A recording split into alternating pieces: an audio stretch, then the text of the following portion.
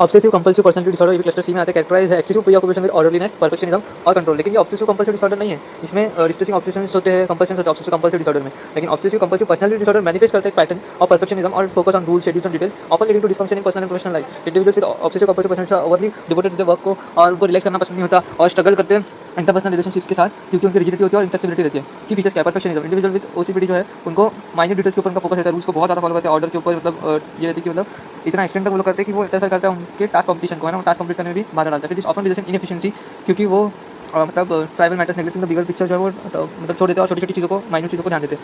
फिर एक्चुअली जो concern with order and control क्या है? Desire for control over their environment and other is the hallmark of OCPD, है ना, उनको चाहिए कंट्रोल एनवायरनमेंट के ऊपर, है ना, और दूसरे के ऊपर। तो they may spend an inordinate amount of time on task to ensure they are done correctly, है ना, वो लोग इतना टाइम टास्क को देते हैं कि इंश्योर करने के लिए वो करेक्ट हुए कि नहीं, which can prevent them from completing project और एंजॉयिंग लेजर एक्टिविटीज। तो उसकी वजह से वो लोग प्रोजेक्ट अपना कंप्लीट भी नहीं कर पाते और बाकी लेजर एक्टिविटीज भी एंजॉय नहीं कर पाते। फिर रिजिडिटी एंड स्टबर्ननेस। इंडिविजुअल जिनको ओसीपीडी होता है ऑफन सीन होते हैं रिजिड, स्टबर्न और इनफ्लेक्सिबल, पर्टिकुलरली उन टर्म्स में जहाँ पे जो थिंग्स कैसे करनी चाहिए वैसा वो लोग करते नहीं है, ठीक है, वो रिजिड होते हैं एकदम। और they have difficulty adopting to changes and may be unwilling to delegate task to others, है ना, वो लोग चेंजेस नहीं कर पाते और अनविलिंग होते हैं कि कोई उनका और टास्क कर दे तो वो उनको नहीं पसंद। फिर वर्कहॉलिज्म और devotion to work often at the expense of relationships and leisure, है ना, इतना वर्क के लिए वो लोग डिवोटेड रहते हैं कि वो रिलेशनशिप और लेजर पे ध्यान ही नहीं देते, जो कि कॉमन है। इंडिविजुअल्स विद ओसीपीडी में ट्रबल रिलैक्सिंग, है ना, रिलैक्स नहीं करते वो लोग, एंगेज करते हैं एक्टिविटीज में जो प्रोडक्टिव नहीं रहती है।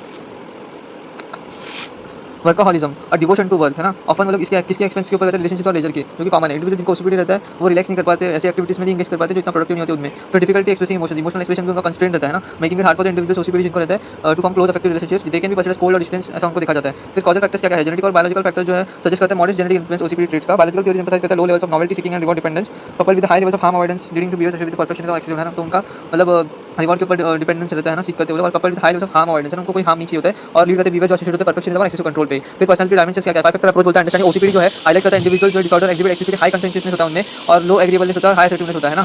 और फिर दिस स्टेज जो कंट्रीब्यूट करता है परफेक्शनिस्ट टेंडेंसीज, कंट्रोल करता है बिहेवियर और डिफिकल्टी होते हैं डिरीजेट करने में इसको। पेरेंटल इन्फ्लुएंस क्या है? अर्ली लाइफ एक्सपीरियंसेस क्या है? रिजिड परफेक्शनिस्ट ट्रेट जो होता है ऑफन डेवलप करते हैं चाइल्डहुड में ही, potential as a result of over controlling और अथॉरिटेरियन पेरेंटिंग, है ना। फिर लैक ऑफ इमोशनल वार्मथ और सपोर्ट जो होता है हम फोर्स करते हैं feelings of inadequacy which individual जो ओसीपीडी अटेम्प्ट करते हैं कंपेंसेट करने को by to reduce standards of behaviour, है ना, इनएडिक्वेसी के जो फीलिंग्स रहते हैं उसको कम करने के लिए, है ना, लैक जो इमोशनल वार्मथ का रहता है वो सारी चीजें कम करने के लिए ओसीपीडी वाले जो क्या करते हैं कंपेंसेट करते हैं रिड्यूस स्टैंडर्ड्स ऑफ बिहेवियर रखते हैं। फिर सोशल कल्चरल फैक्टर्स भी मायने रखते हैं। सोशल कल्चरल फैक्टर्स में कल्चरल एक्सपेक्टेशन जो होते हैं अचीवमेंट के बारे में, सक्सेस के बारे में इन्फ्लुएंस करते हैं डेवलपमेंट ऑफ ओसीपीडी। वेस्टर्न कल्चर्स में ऑफन एम्फसाइज किया जाता है इंडिविजुअल अकम्प्लिशमेंट को और हाई स्टैंडर्ड्स को, तो वो कंट्रीब्यूट करते हैं development of perfection tendencies in OCPD. Treatment क्या? कॉग्निटिव थेरेपी यूज किया जा सकता है उनको ट्रीट करने को, उनके जो चैलेंज करने को, परफेक्शन बिलीफ और थिंकिंग को कोल करता है, इंक्रीज फ्लेक्सिबिलिटी और improve decision making while reducing compulsive control behaviour. फिर थेरेपी गोल्स क्या करता है? Reduce impact of perfection in daily life और इन्वॉल्व करता है लर्निंग की अपने मिस्टेक्स को टॉलरेट कर सके, फ्लेक्सिबल रह सके, इंप्रूव कर सके emotional expression in relationship. Relationship stress management क्या है? तो सिंस इंडिविजुअल ओसीपीडी स्ट्रगल करते हैं रिलेशनशिप के साथ तो थेरेपेटिक अप्रोचेस को इंकॉर्पोरेट करते हैं स्ट्रेस मैनेजमेंट और रिलैक्सेशन एक्सरसाइज, ठीक है। फिर उसकी वजह से टेंशन कम हो जाता है। मेडिकेशन क्या है? मेडिकेशन का टिपिकली फर्स्ट लाइन ट्रीटमेंट नहीं होता बट ऐसे सारे उनको दिए जाते हैं केसेस में जहाँ पे वो लोग एंजाइटी और डिप्रेशन रहेगा तो। फिर सपोर्टिव थेरेपी क्या? सपोर्टिव थेरेपी का इंडिविजुअल को सेफ स्पेस एक्सप्रेस करने के लिए इमोशंस एक्सप्लोर करने को, इंटरपर्सनल इश्यूज, ये थेरेपी हेल्प करता है इंसाइट और रिलेशनशिप डिफिकल्टीज में ध्यान देने को, जो कि ओसीपीडी की वजह से होता है।